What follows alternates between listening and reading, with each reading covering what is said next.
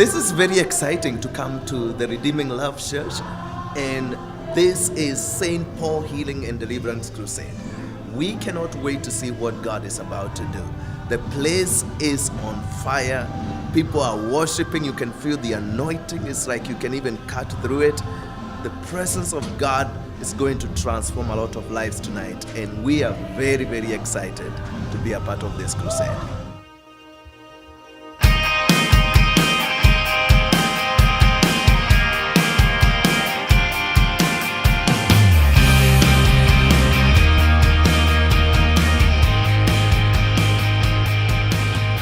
My name is Pastor Charles Kroku. If you would ask me, what is the most awesome, passionate moment of your life?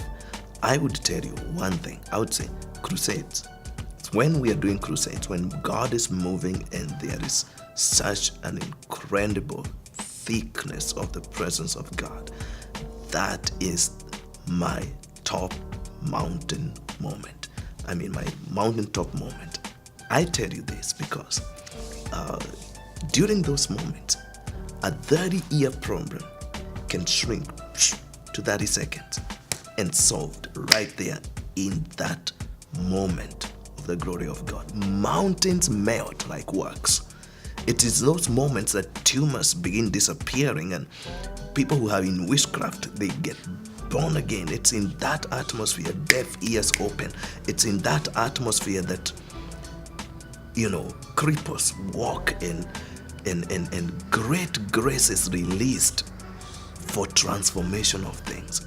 And so you're in a room with like 100 to 200 people, or even 500, sometimes 50,000 people, and you are in this either stadium or arena or a church building, and the presence of God is so thick. You talking of countless miracles. Only eternity can keep a track of that. And to me, that is a top of the mountain moment. It's a great, great moment. And these crusades are hard to put together because it takes a huge group of people coming together and uniting around the purpose of seeing lives transformed.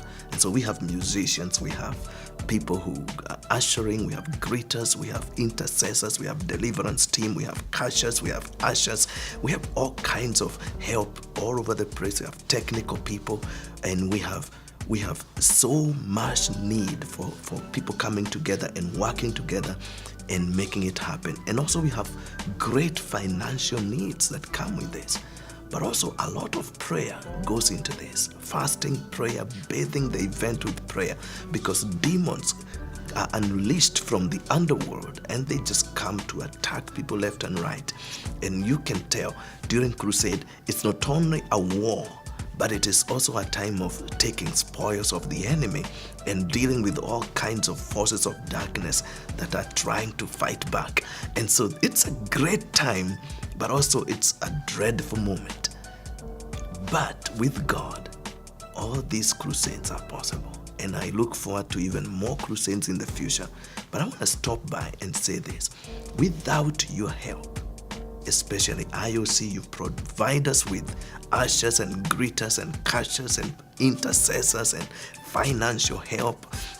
And also we have other partners who are not part of our church, but that also help with this.